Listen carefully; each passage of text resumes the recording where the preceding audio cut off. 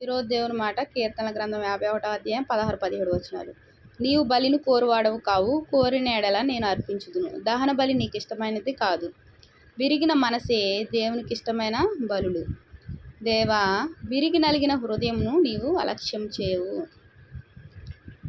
ప్రియమైన దేవుని మాట వింటున్న నా సహోదరి సహోదరులారా, దేవుడు బలిని కోరువాడు కాడు. మరి కోరితే అర్పించే పరిస్థితి ఎప్పుడు నాటి పరిస్థితుల్లో ఉంది. దేవుడు రాకముందు బలి అర్పించేవారు. ఏంటవి? ఎద్దులు, గొర్రెలు, మేకలు, అలాగే గువ్వలు, ఇలాగా వారి వారి స్థితిని బట్టి, వారి యొక్క పరిస్థితిని బట్టి అర్పించడం జరిగేది. దేవుడు బలిని కోరుకోవడం లేదు.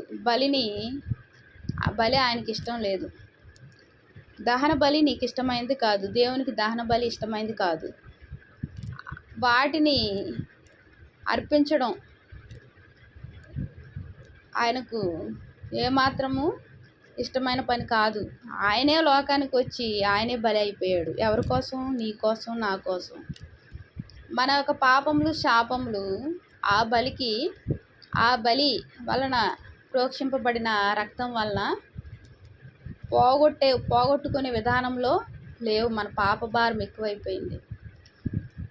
ఆ రక్త బలి కూడా, ఆ పశువుల రక్తం కూడా శుద్ధి చేయలేని పరిస్థితి. మరి ఏ రక్తము శుద్ధిపరుస్తుంది? పవిత్రమైన దేవుని కుమారుని యొక్క రక్తమే మన పాపం నుండి, శాపం నుండి విడుదల కలిగజేసేది ఉంది. కాబట్టి ఆయన తన కుమారుని లోకానికి పంపించి శిలువలో బలి ఇవ్వడం జరిగింది. ఆ రక్తం ద్వారా మనం పరిశుద్ధపరచబడ్డాము. విరిగిన మనసే దేవునికి ఇష్టమైన బలులు. ఇప్పుడు ఆయన ఏమంటున్నాడు? ఆయన బలి ద్వారా, ఆయన రక్తం ద్వారా మనల్ని శుద్ధిపరిచాడు. ఇప్పుడు ఆయనకి ఏం కావాలి? విరిగిన మనసే దేవునికి ఇష్టమైన బలి. మరి మన హృదయం విరిగిందా, లేకపోతే కఠినంగా ఉందా? దేవుని యొక్క సన్నిధికి వెళ్ళాలన్నా, దేవునిని ప్రార్థించుకోవాలన్నా, స్తుతించాలన్నా మన మనసు విరిగిన స్థితిలో ఉంటే త్వరగా మాట వింటుంది. మరి దేవునికి లోబడి ఉంటుంది, యథార్థంగా ఉంటుంది.